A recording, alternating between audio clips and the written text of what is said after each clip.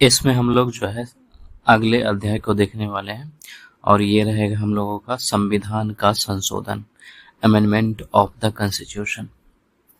इसके परिचय को हम लोग पहले देखते हैं।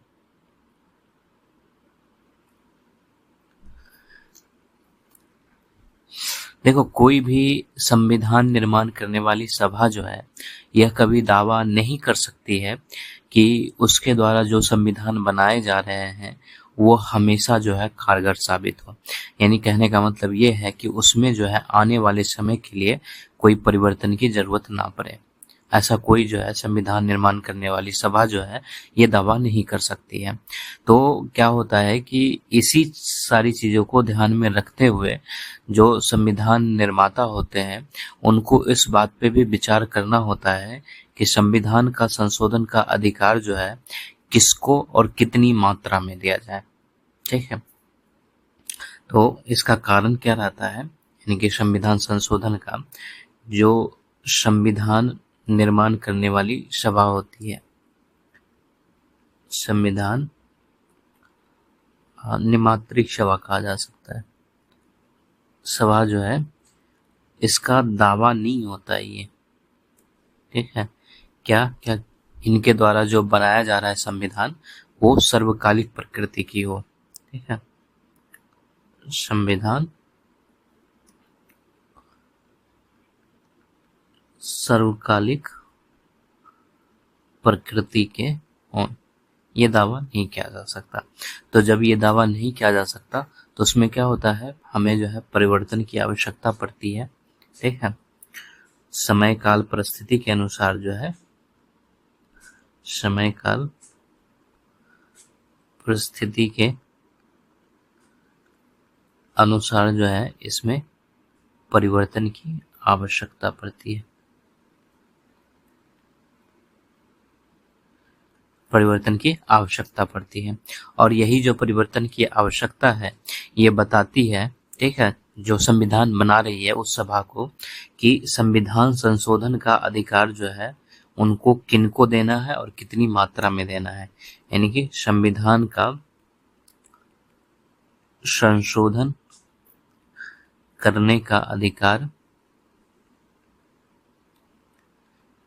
किसे और कितनी मात्रा में देना है।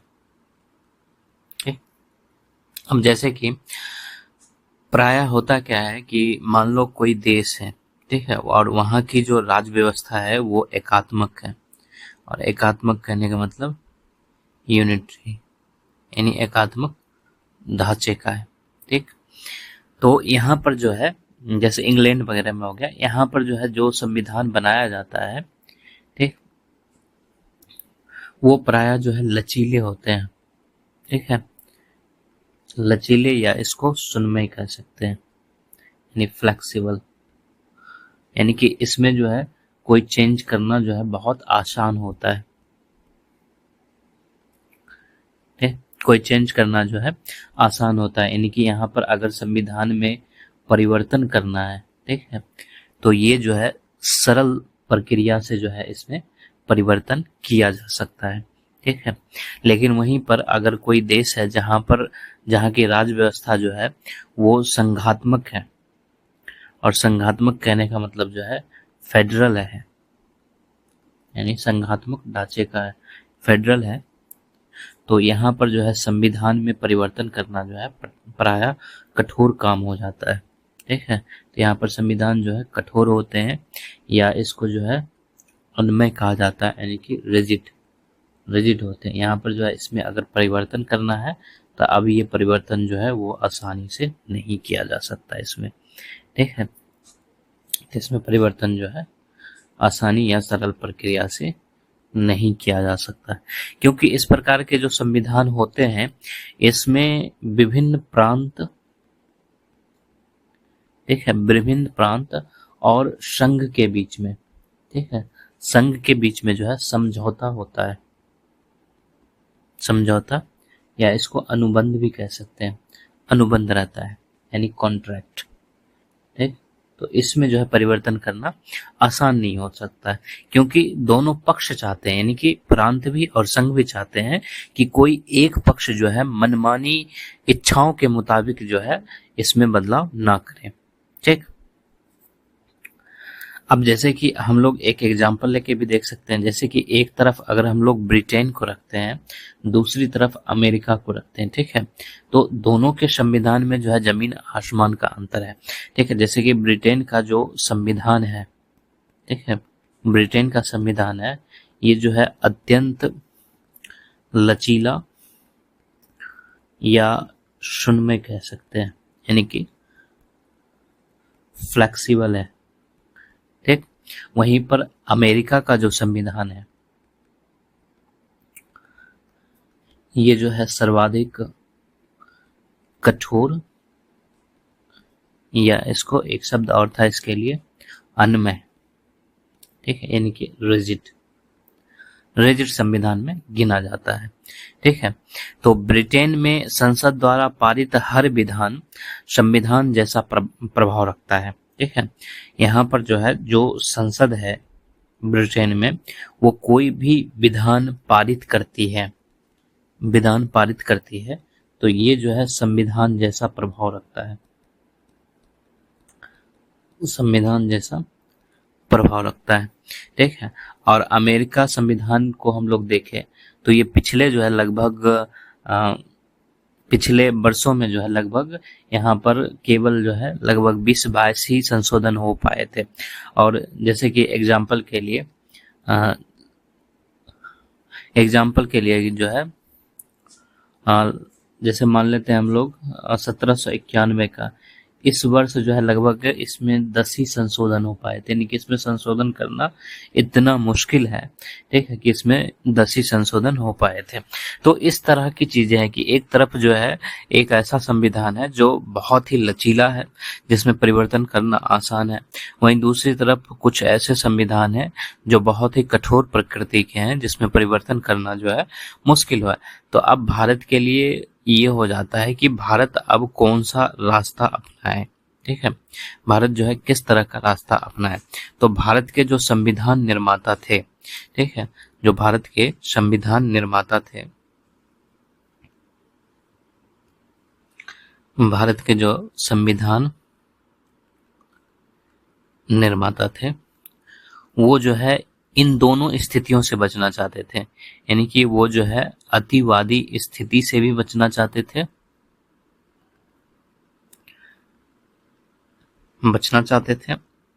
वहीं दूसरी तरफ जो है जो इंग्लैंड की तरह जो भारत की संसद को उस तरह का शक्ति देने से भी बचना चाहते थे। ठीक है, यानी कि निर्बाध तरीके से संविधान में परिवर्तन से भी बचना चाहते थे। ठीक है, संविधान संशोधन से भी बचना चाहते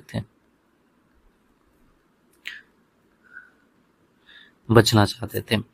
ठीक, यानी कि वो ना ही ब्रिटेन की तरह, इंग्लैंड की तरह जो है भारत की संसद को ऐसी शक्ति देना चाहते थे कि वो निर्बाध तरीके से संविधान में किसी भी प्रावधान में संशोधन कर सके, और ना ही अमेरिकी व्यवस्था की तरह संविधान संशोधन की प्रक्रिया को इतना कठिन बनाना चाहते थे कि आवश्यक परिस्थिति अगर उत्पन्न भी हो जाए तो उसमें संविधान जो है बदला ना जा सके। तो जब ये सारी चीजें हो रही थी तो संविधान सभा में ही जो है डॉक्टर भीमराव अंबेडकर जी ने इस पे कहा था,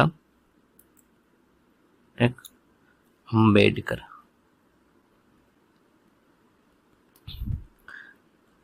उन्होंने इसके बारे में कहा था कि सभा ने यह नहीं माना कि संविधान अंतिम तथा निर्दोष है। ठीक है, सभा की यह धारणा नहीं है कि संविधान के संशोधन का अधिकार जनता को नहीं दिया जाए जैसे कनाडा ने किया है, या संशोधन के लिए अत्यंत कठिन शर्त निर्धारित कर दी जाए जैसे कि अमेरिका या ऑस्ट्रेलिया में किया गया है। ठीक है, तो सभा ने संविधान संशोधन के लिए एक सरल प्रक्रिया अपनाई है। जो लोग संविधान से संतुष्ट नहीं हैं उन्हें केवल 2/3 बहुमत प्राप्त करना है और यदि वो 2/3 बहुमत भी अपने पक्ष में प्राप्त नहीं कर सकते हैं तो यही समझा जाएगा कि संविधान के प्रति उन्हें जो असंतोष है उसमें जनता उनके साथ नहीं है। तो इस तरह का वक्तव्य जो है डॉक्टर भीमराव अंबेडकर के द्वारा दिया गया था। तो इनके कथन से ये चीजें बिल्कुल स्पष्ट थी कि जो संविधान निर्माता थे, जो भारत के संविधान निर्माता थे, वो संविधान को जो है, संविधान को ना तो कठोर बनाना चाहते थे, ठीक, यानी रिजिड बनाना चाहते हैं थे, और ना ही जो है पूर्णतः लचीला बनाना चाहते थे। ठीक, ये लचीला है यानी कि फ्लेक्सिबल बनाना चाहते थे। ठीक है, तो उन्होंने जो है इसके बीच का रास्ता चुना। ठीक है, तो कहीं कहीं पर जगह पे आपको संविधान में परिवर्तन करना आसान दिखेगा, कहीं पे कठोर भी दिखेगा, तो उन्होंने जो है बीच का रास्ता अपनाया। ठीक है, तो अब हम लोग देखते हैं कि संविधान संशोधन के तरीके क्या क्या हो सकते हैं। तो संविधान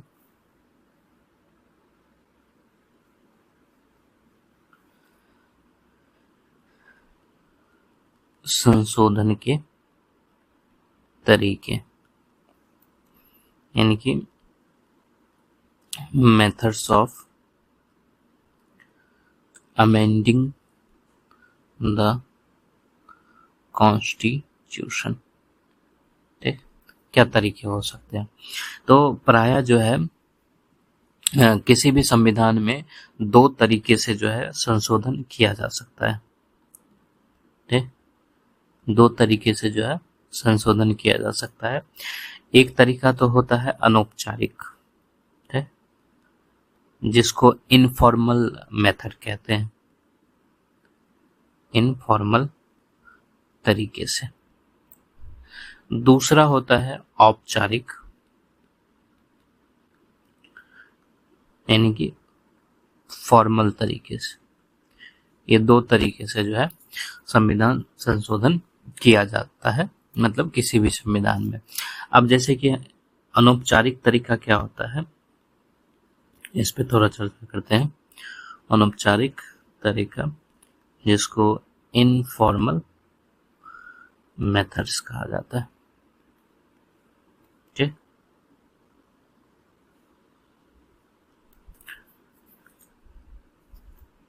इसका अर्थ होता है अनौपचारिक तरीके का मतलब कि संविधान में जो है घोषित रूप से संशोधन ना किया जाए, ठीक है, तब भी जो है संविधान में परिवर्तन आ जाए।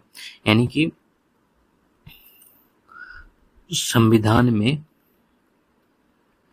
घोषित तौर से या घोषित तौर पर संशोधन ना किया जाए, ठीक, किंतु तब भी संविधान में परिवर्तन आ जाए, संविधान में परिवर्तन आ जाए। ये जो तरीका होता है इसको जो है अनौपचारिक तरीका कहा जाता है, इनफॉर्मल मेथड कहा जाता है। ठीक है, और ये जो तरीका है ये खास तौर पर हम लोगों को जो है न्यायपालिका से जुड़ा हुआ लगता है। ठीक है, ये एग्जाम्पल के लिए जो है, जैसे न्यायपालिका का यहाँ पर एग्जाम्पल लेते हैं।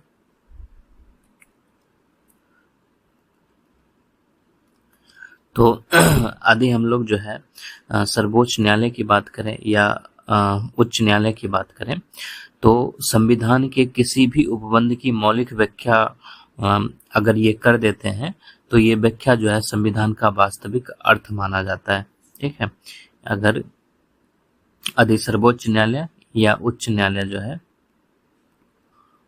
संविधान के किसी उपबंध की मौलिक व्याख्या कर दे तो वह व्याख्या ही संविधान का वास्तविक अर्थ मानी जाएगी। ठीक है, जैसे उदाहरण के लिए एग्जाम्पल के लिए जो है, एग्जाम्पल के लिए हम लोग ये ले सकते हैं जैसे कि भारत में बहुत सारे जो है पब्लिक इंटरेस्ट लिटिगेशन मतलब दायर किए जाते हैं, ठीक है, जिसको PIL कहा जाता है, पब्लिक इंटरेस्ट लिटिगेशन, ठीक। इसको हिंदी में जो है लोकहितवाद कहते हैं, लोकहितवाद कहते हैं। तो भारत में जो है अलग अलग लोकहितवाद दायर किया जाता है।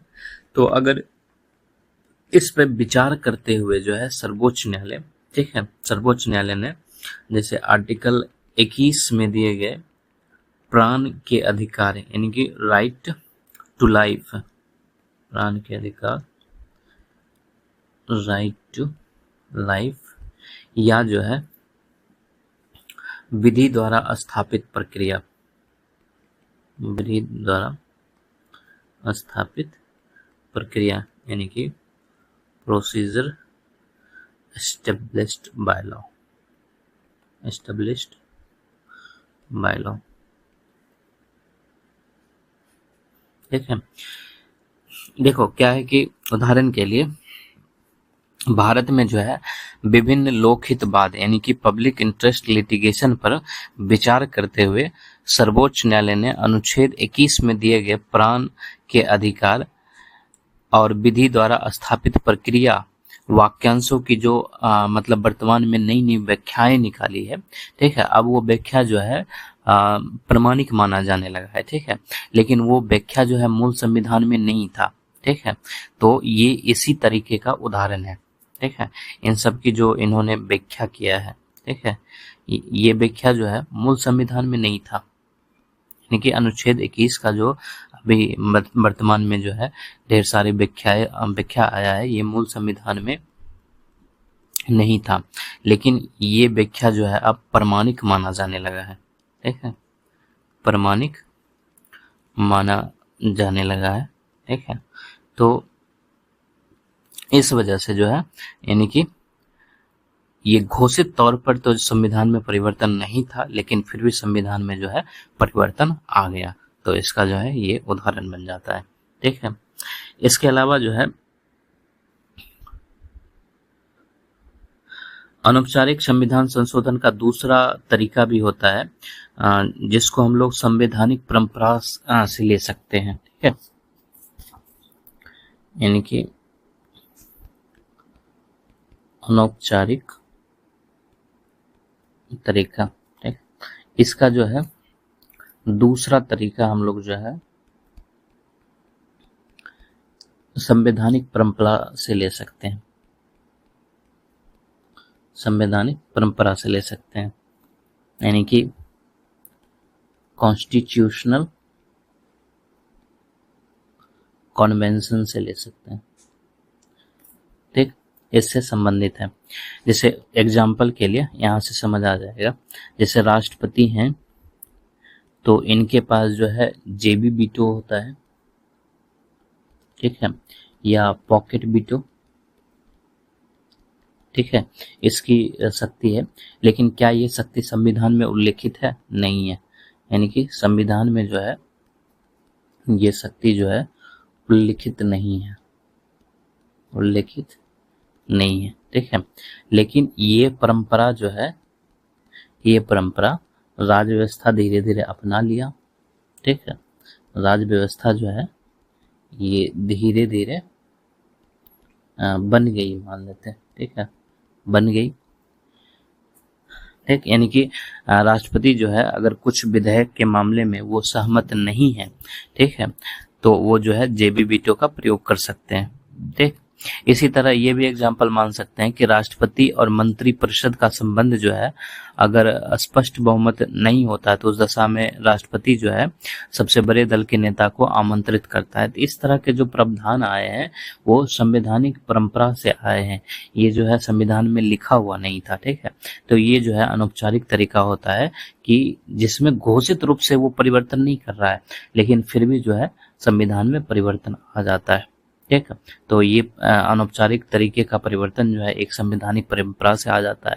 दूसरा जो है, न्यायालय अगर किसी चीज की व्याख्या करते हैं, ठीक है, कोई भी उपबंध की मौलिक व्याख्या कर दे, ठीक है, तो वो जो है संविधान का वास्तविक अर्थ माना जाता है। तो यहाँ पर क्या हो रहा है, यहाँ पर ये देखने को मिल रहा है कि वो घोषित तौर पर जो है उसमें संशोधन नहीं कर रहे हैं, लेकिन फिर भी जो है संविधान में परिवर्तन आ जा रहा है। तो ये एक तरह का तरीका है संविधान संशोधन करने का। अब जो हमारा दूसरा वर्ग आता है और वो है औपचारिक, औपचारिक संविधान संशोधन का।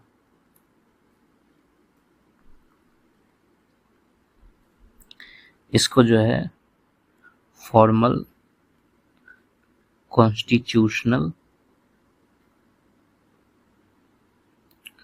अमेंडमेंट्स कहा जाता है। ठीक,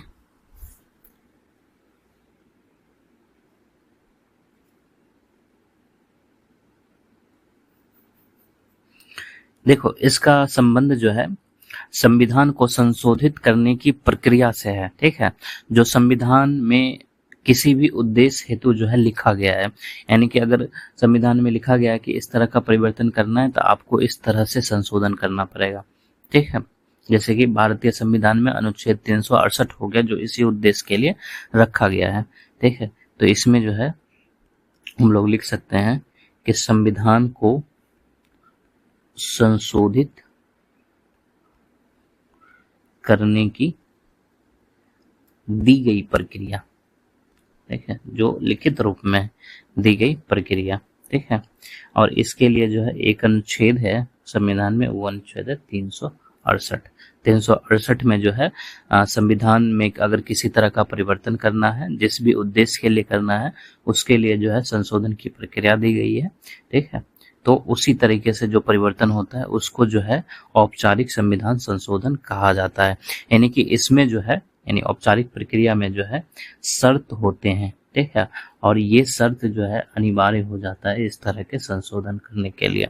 ठीक है, और ये जो शर्त होते हैं ये विस्तार पूर्वक इसमें स्पष्ट भी किया गया है। ठीक है, विस्तार पूर्वक स्पष्ट कर दिया गया है कि अगर संशोधन करना है तो वो उसी प्रक्रिया से संशोधन किया जाएगा। ठीक, अब हम लोग जो है देखते हैं कि संविधान में किस तरह की मतलब संशोधन की प्रक्रिया दी गई है। तो संविधान में जो है 3 प्रकार के संशोधन की प्रक्रिया है। ठीक, 3 प्रकार की संशोधन प्रक्रिया, यानी 3 टाइप्स ऑफ अमेंडमेंट प्रोसेस। ठीक, भारतीय संविधान में संशोधन की प्रक्रिया जो है वो 3 प्रकार की है, और संविधान के अलग अलग उपबंध के लिए जो है वो ये अलग अलग प्रकार का महत्व भी रखता है। यानी कि सारा प्रक्रिया जो है एक जैसा नहीं है। कुछ प्रक्रिया जो है वो अपने मतलब प्रकृति में कह सकते हैं कि आसान भी है, और कुछ जो है कठिन भी है। जैसे कि हम लोग इस पे चर्चा करते हैं, एक तो इसमें हो जाता है साधारण बहुमत से किया जाने वाला संशोधन। साधारण बहुमत यानी कि जिसको हम लोग सिंपल मेजॉरिटी कहते हैं, मेजॉरिटी से किए जाने वाले संशोधन, ये एक तरह का प्रक्रिया है। दूसरा जो है विशेष बहुमत द्वारा। ठीक है, विशेष बहुमत यानी कि स्पेशल मेजॉरिटी।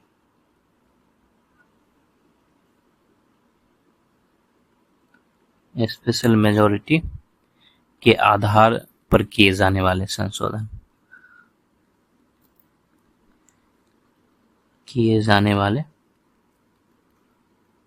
संशोधन, ये चीजें हो गई।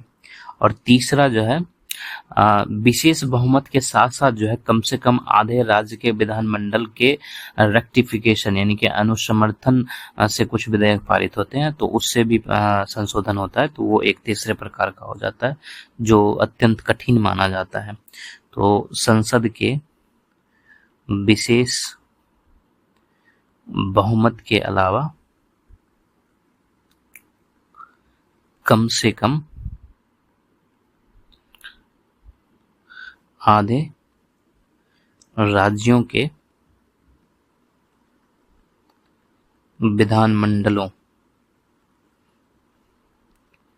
के अनुसमर्थन कहने का मतलब रेक्टिफिकेशन से पारित होने वाले विधेयक, ये एक चीजें हो जाती हैं। ठीक है, यानी कि तीन प्रकार का संशोधन हो गया। ठीक, एक तो साधारण बहुमत से हो गया, दूसरा विशेष बहुमत से हो गया, और तीसरा जो है विशेष बहुमत के साथ साथ जो है कम से कम आधे राज्यों के विधानमंडल का भी अनुसमर्थन चाहिए, वो हो गया। अब हम लोग जो है एक एक कर चर्चा करते हैं। जैसे कि सबसे पहले जो है हम लोग लेते हैं साधारण बहुमत से। साधारण बहुमत से किए जाने वाले संशोधन, इस पे चर्चा करते हैं। साधारण बहुमत यानी कि सिंपल मेजॉरिटी से किए जाने वाले संशोधन। ठीक, देखो सबसे पहले चीजें तो मन में ये आता है कि कहाँ पर साधारण बहुमत से जो है संशोधन हो सकता है। तो अमूमन जो है जिस उपबंध में इसके द्वारा परिवर्तन होता है या संशोधन किया जाता है वो विशेष संवैधानिक महत्व नहीं रखता है। ठीक है, यानी कि वो उपबंध जो है विशेष संवैधानिक महत्व का नहीं होता है। ठीक है, और इसीलिए जो है इसमें जो संशोधन की प्रक्रिया होती है, ठीक, वो लचीला होता है। ठीक है, लचीला होता है, इसलिए जो है इसमें ये प्रक्रिया अपनाई जाती है। ठीक, अब सबसे दूसरी चीज ये आता है दिमाग में कि साधारण बहुमत का अर्थ क्या हो जाता है। यहाँ पर साधारण बहुमत का अर्थ क्या होता है, तो इसका अर्थ जो है सिंपल है कि दोनों सदनों में उपस्थित तथा मत देने वाले सदस्यों के आधे से अधिक की सहमति ही पर्याप्त है। ठीक, ये इसका अर्थ होता है, यानी कि दोनों सदनों में जितने उपस्थित हैं और जो मत देने वाले हैं उसमें बस आधा से अधिक होना चाहिए। ठीक है, और इसकी महत्वपूर्ण बातें क्या है, तो इस तरह के जो संशोधन होते हैं, यानी जो साधारण बहुमत से संशोधन होते हैं उसको जो है अनुच्छेद 368 के तहत जो है संशोधन नहीं माना जाता है। यानी ऐसे उपबंधों का संशोधन अनुच्छेद 368 के अंतर्गत नहीं किया जाता है। ठीक है, नहीं किया जाता है। ठीक, और हम लोग जैसे बहुत सारे पीछे अध्याय में देखे थे, पिछले अध्याय में, कि बहुत सारा जगह पर लिखा गया था कि इस तरह से किया गया संशोधन जो है वो अनुच्छेद 368 के तहत संशोधन नहीं समझा जाएगा, और जहां जहां पर इस तरह की बातें लागू है वहां पर जो है साधारण बहुमत का ही परिवर्तन रहता है। ठीक है, अब जैसे एग्जाम्पल के लिए जो है ये हो सकता है, जैसे कि जो शुरू में था, यानी कि अनुच्छेद 2, 3 और 4 को भी हम लोग ले सकते हैं। यहाँ पर क्या था, ये जो है नए राज्यों के निर्माण से संबंधित था। ठीक है, नए राज्यों का निर्माण अथवा सीमा में परिवर्तन। ठीक है, साथ साथ नाम में भी था, तो सीमाओं या नाम आदि में परिवर्तन, तो इसमें था। इसी तरह एक और हम लोगों ने देखा था कि जो राष्ट्रपति है, ठीक है, या उपराष्ट्रपति हैं, ठीक है, उनके वेतन या भत्तों में जो संशोधन होता है वो, ठीक है, तो यहाँ पर न्यायाधीश भी जुड़ जाएंगे। ठीक है, और भी बहुत सारे संवैधानिक पद थे, संवैधानिक पद थे। इससे संबंधित जो है संबंधित वेतन और भत्ते संशोधित करना, ठीक है, संशोधित करना, ये भी जो है इसका उदाहरण बन जाता है। ठीक है, इसके अलावा जो है कुछ अनुच्छेद थे जो द्वितीय अनुसूची में परिवर्तन की अनुमति देते थे, जैसे कि अनुच्छेद जो है 75 हो गया, इसी तरह 97 हो गया, 125 हो गया, 148 को भी ले सकते थे। इस तरह के ये अनुच्छेद थे, और ये अनुच्छेद क्या करते थे, द्वितीय अनुसूची में, ठीक है, परिवर्तन की जो है अनुमति देते थे। तो ये हो गया। इसके अलावा जो है एक हम लोगों का जो था अनुच्छेद 105 का तीसरा खंड था, और ये किससे संबंधित था, ये संसद के संसदीय विशेषाधिकारों से संबंधित था। ठीक है, तो इसको लेकर भी है, संसद द्वारा संसदीय विशेषाधिकारों को परिभाषित करना। ठीक है, ये इससे संबंधित था। इसी तरह जो है अगर संसद सदस्य की ही चर्चा हो रही है तो एक अनुच्छेद और आ जाता था, इसका अगला था 106। ठीक है, और ये जो है संसद सदस्य के वेतन भत्तों से संबंधित था, तो ये भी इसी का एग्जाम्पल है, संसद सदस्यों के वेतन भत्तों आदि की व्यवस्था। ठीक है, एक अनुच्छेद और है जो अंग्रेजी का राजभाषा न रहना। ठीक है, और ये है 120 के दूसरे खंड में है, और इसमें क्या लिखा गया था कि संसद द्वारा नई व्यवस्था न किए जाने पर संविधान के लागू होने के 15 वर्षों बाद अंग्रेजी का राजभाषा ना रहना। ठीक है, ये भी हो गया।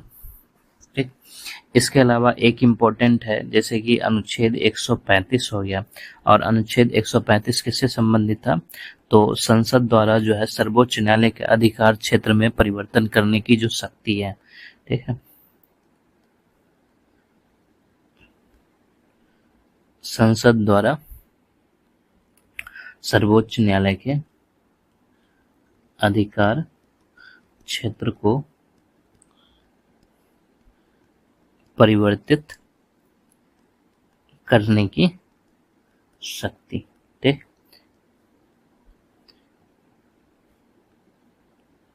परिवर्तित करने की शक्ति, ये हो गया।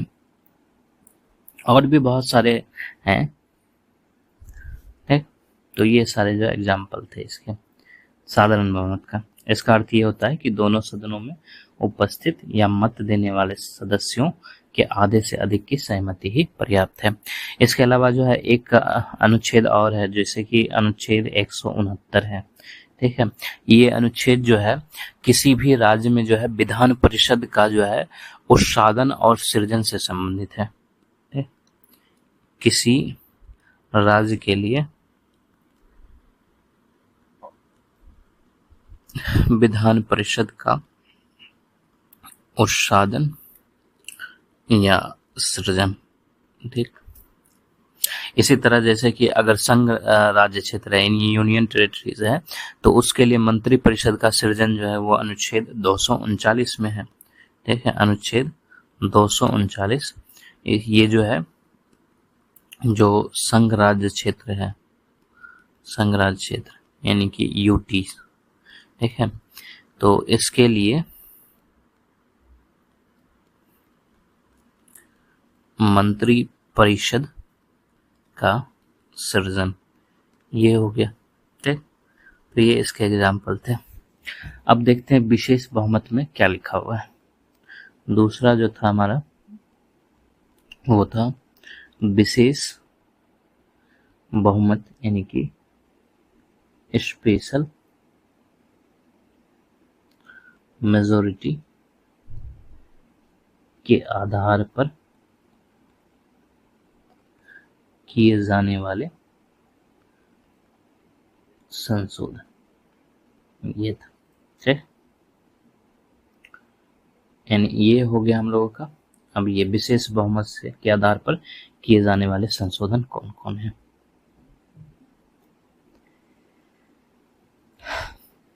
सबसे पहली चीजें दिमाग में ये आती है कि आखिर जो है संविधान के किस भाग में या कहाँ पर जो है ये लागू होगा, ये लगेगा।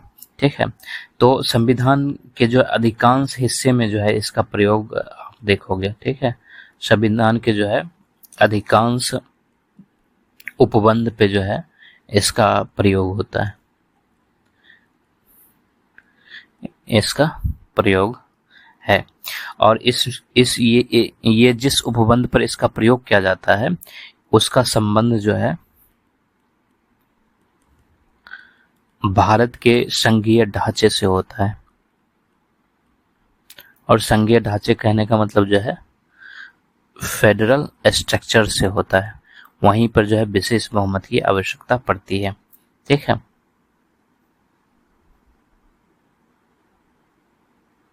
ठीक।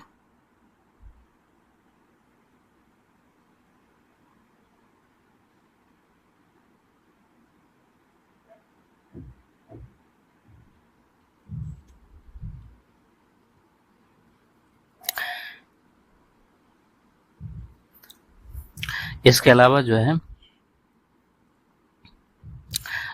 अनुच्छेद 368 के अंतर्गत, इसको जो है पूरी लाइन लिखनी चाहिए, जैसे कि जिन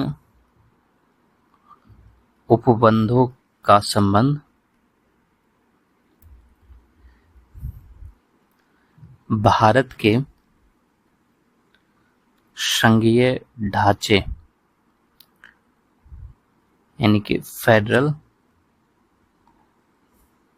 स्ट्रक्चर से है,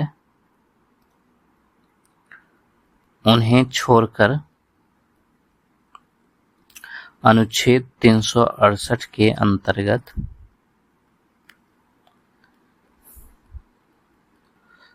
संशोधन माने जाने वाले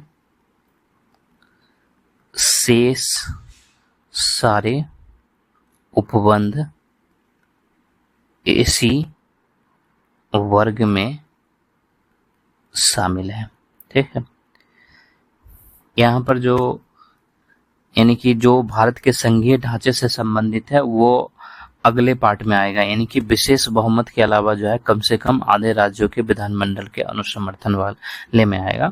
उसको छोड़ के बाकी सारा जो अनुच्छेद 368 के अंदर वर्णित है वो सारा उपबंध जो है इसी वर्ग में शामिल किया गया है, जिसके लिए जो है विशेष बहुमत की आवश्यकता होती है। अब दूसरी बात यह है कि विशेष बहुमत का मतलब क्या है, विशेष बहुमत का जो है तात्पर्य क्या है। तो पहला तो ये आता है कि सदन की कुल संख्या के बहुमत का समर्थन हासिल होना चाहिए। ठीक है, हासिल होना चाहिए। यहाँ पर जो है सदन की कुल संख्या का अर्थ क्या हो जाता है कि सदन की औपचारिक समझ संख्या से है कि ठीक है, ना कि तत्कालिक संख्या से। ठीक, सदन की कुल संख्या के बहुमत का समर्थन हासिल होना चाहिए, यानी कि सदन की कुल संख्या, यहाँ पर ये जो पहला वर्ड है सदन की कुल संख्या, इसका अर्थ जो है यहाँ पर सदन की औपचारिक समस्त संख्या से है, औपचारिक समस्त संख्या से है। ठीक है, ना कि तत्कालिक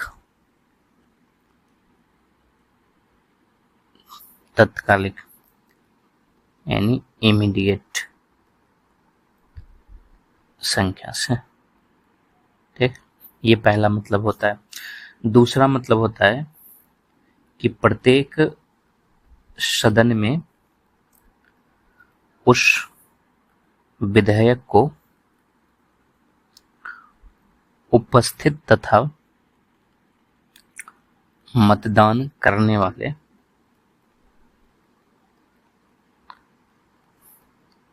सदस्यों में से कम 2/3 का समर्थन प्राप्त होना चाहिए। समर्थन प्राप्त होना चाहिए। ठीक है, अब यहाँ पर जो है बातें निकल के आती है कि उपस्थित तथा मतदान करने वाले सदस्य का अर्थ क्या होता है। ठीक है, तो इसको हम लोग नीचे लिख देते हैं। ठीक, यहाँ पर इसका अर्थ जो है,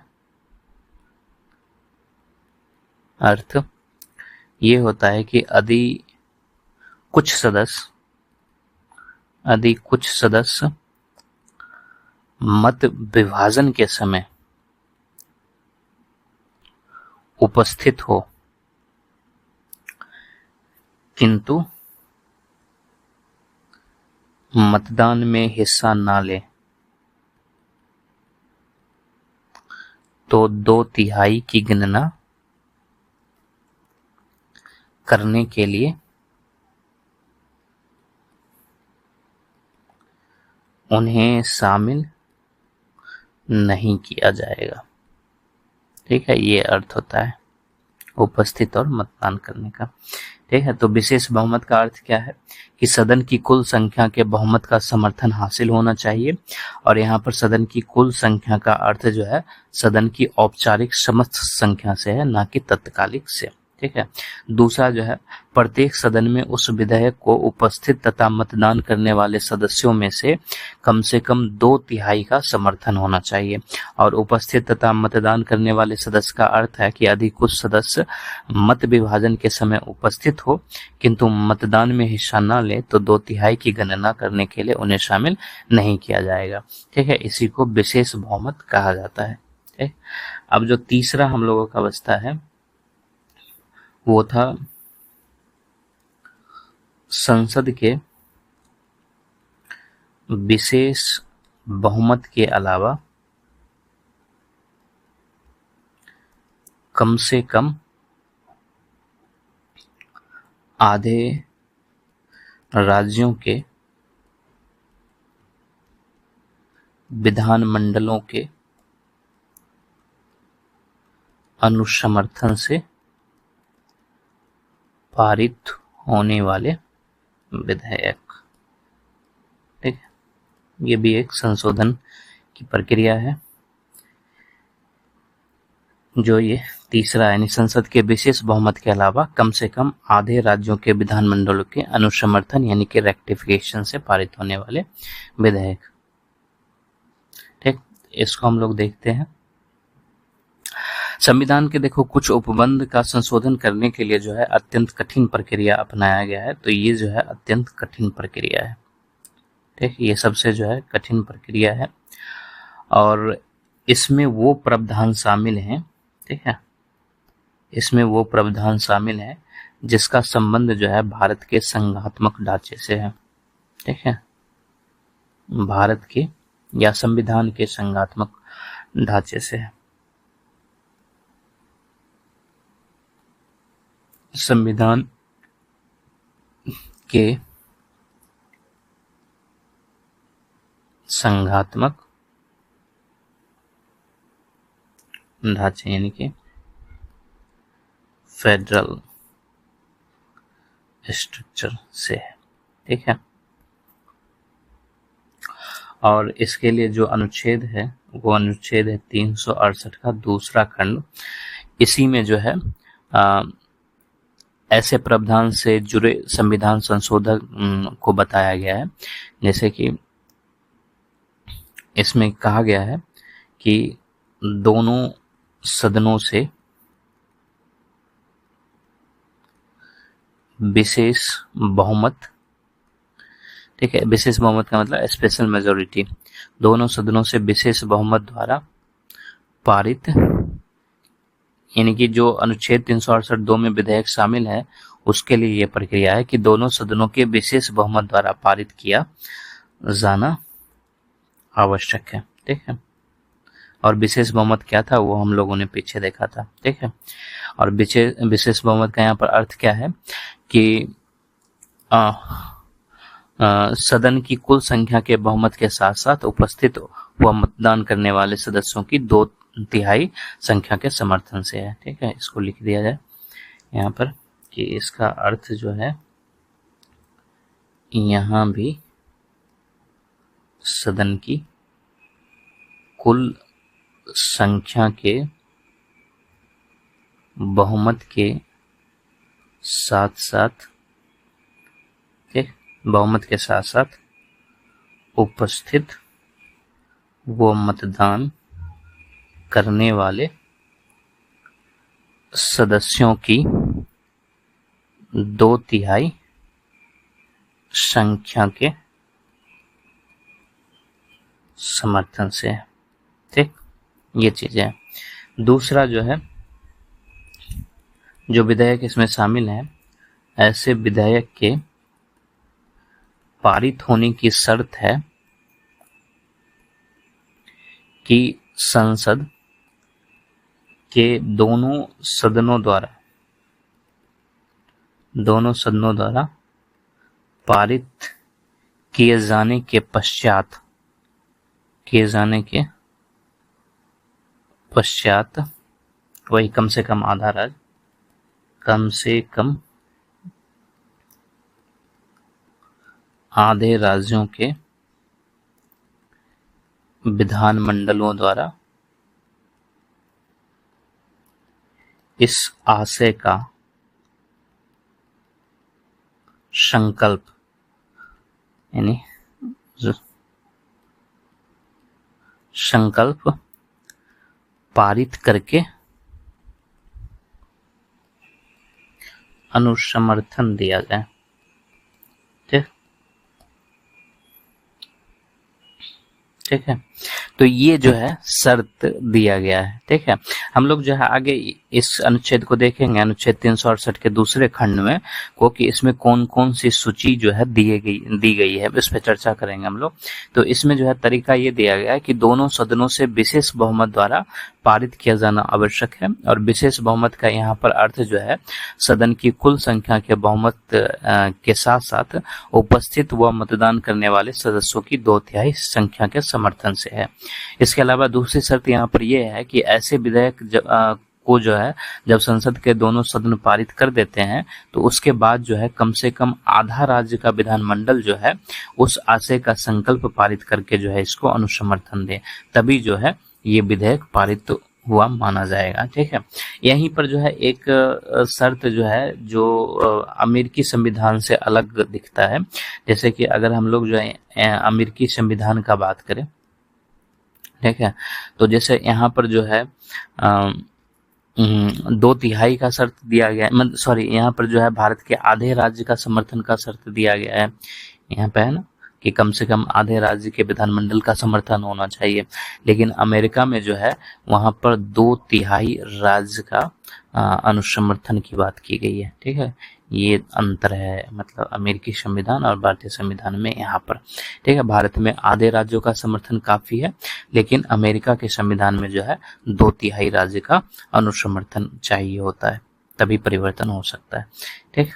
तो ये बातें हो गई।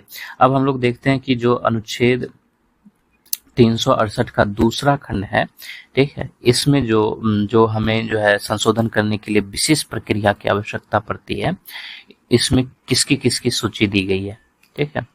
इसमें जो सूची है उस पर चर्चा करते हैं, ठीक है। तो पहली चीज जो ये है कि हम लोग अनुच्छेद 54-55 को ले सकते हैं, ठीक है। और 54-55 में क्या था, तो ये राष्ट्रपति के निर्वाचन से जुड़ा हुआ उपबंध है, राष्ट्रपति के निर्वाचन से जुड़ा उपबंध है। ठीक है, ये चीजें हो गई। दूसरा जो है अनुच्छेद 73 को ले सकते हैं। अनुच्छेद 73 साथ ही साथ जो है अनुच्छेद 162 को भी ले सकते हैं। और इन दोनों अनुच्छेद में क्या था कि संघ और राज्यों की कार्यपालिका शक्ति के विस्तार से जुड़े उपबंध हैं इसमें। ठीक है, इन सब के लिए जो है हमें विशेष बहुमत के साथ साथ जो है आदेश राज्य के अनुसमर्थन की भी आवश्यकता पड़ेगी। इसके अलावा जो है हम लोग संघ राज्य तथा यूटी यानी कि संघ राज्य क्षेत्र की कार्यपालिका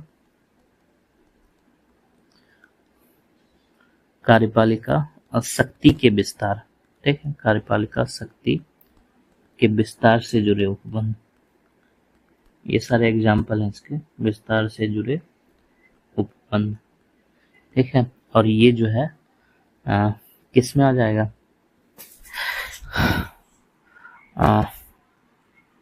ये वही हो जाएगा अनुच्छेद 73 और अनुच्छेद 162।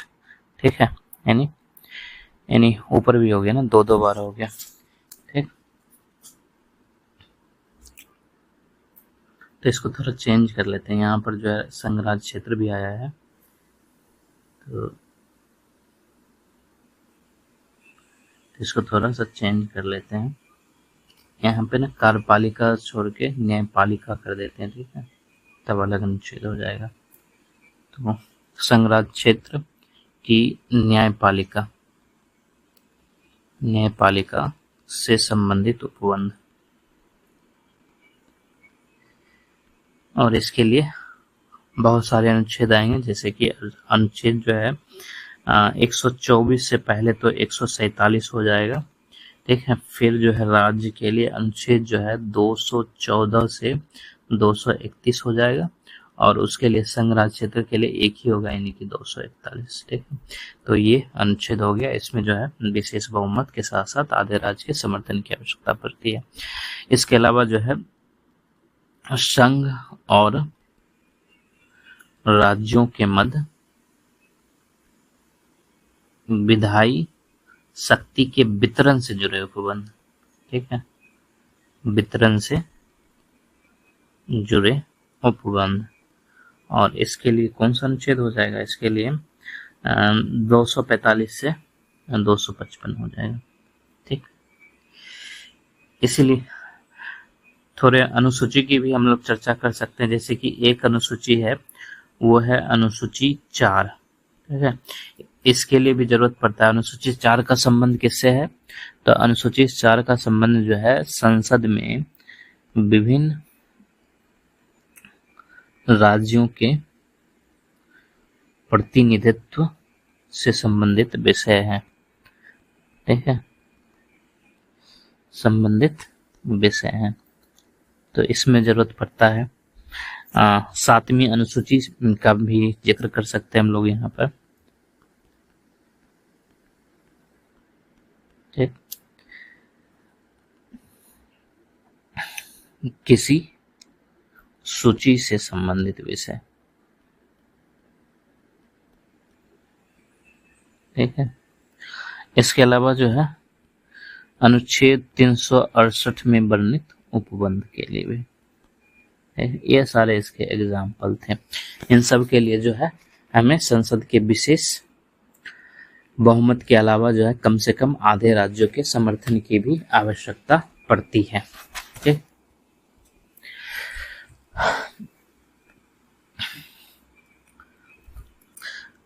अब हम लोग देखते हैं कि संविधान संशोधन के प्रक्रिया के चरण क्या क्या है। ठीक है, ठीक, यानी कि जो औपचारिक प्रक्रिया है संविधान संशोधन की, उसके चरण क्या हो सकते हैं। ठीक है, जिसकी चर्चा अनुच्छेद 368 में किया गया है। ठीक, जैसे कि संविधान संशोधन का प्रस्ताव जो है संसद के दोनों सदनों में किसी में भी प्रारंभ हो सकता है। ठीक, तो उस तरह से जुड़े हुए, जैसे कि संयुक्त बैठक का प्रावधान कहाँ पर है, कहाँ पर आधे से अधिक राज्यों का, मतलब किस तरह से वो प्रोसेस प्रक्रिया आती है, उस चीज को हम लोग देखते हैं। इसको हम लोग एक टॉपिक बना लेते हैं, संविधान संशोधन की प्रक्रिया के विभिन्न चरण। ठीक है, यानी different steps of the procedure of the amendment of constitution। ठीक, देखो अनुच्छेद एक ही है, वो है 368। ठीक, और इसी में जो है, जो संविधान संशोधन के लिए जो प्रक्रिया है उसके बारे में बताया गया है, यानी संविधान संशोधन के लिए औपचारिक प्रक्रिया के बारे में बताया गया है, प्रक्रिया। ठीक, जैसे कि पहली चीजें तो ये है कि संसद के, ठीक है, दोनों सदनों में से कहीं भी, संसद के दोनों सदनों में से किसी में भी प्रारंभ किया जा सकता है। ठीक है, संशोधन का प्रस्ताव, ठीक है, ये हमेशा यहाँ पर जो है संशोधन की बात हो रही है। जो संशोधन का प्रस्ताव है, ठीक है, वो दोनों सदनों में से किसी भी में जो है प्रारंभ, यानी कि इनिशिएट किया जा सकता है। ठीक, दूसरी चीजें ये है,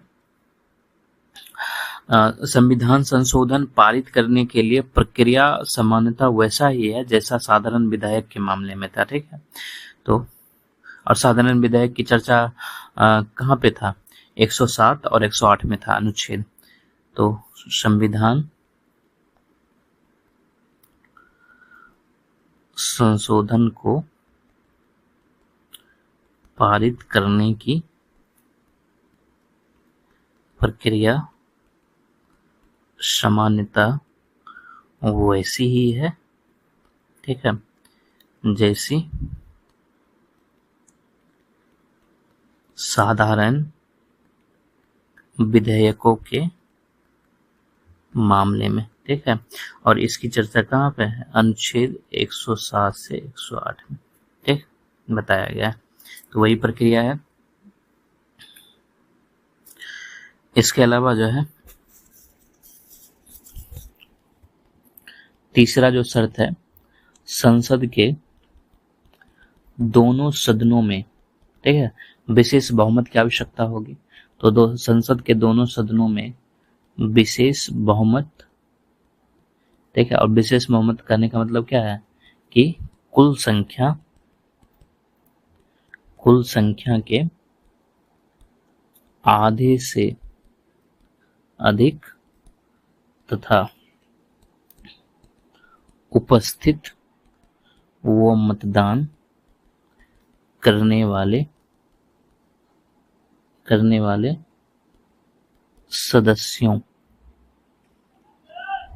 सदस्यों के 2/3 या अधिक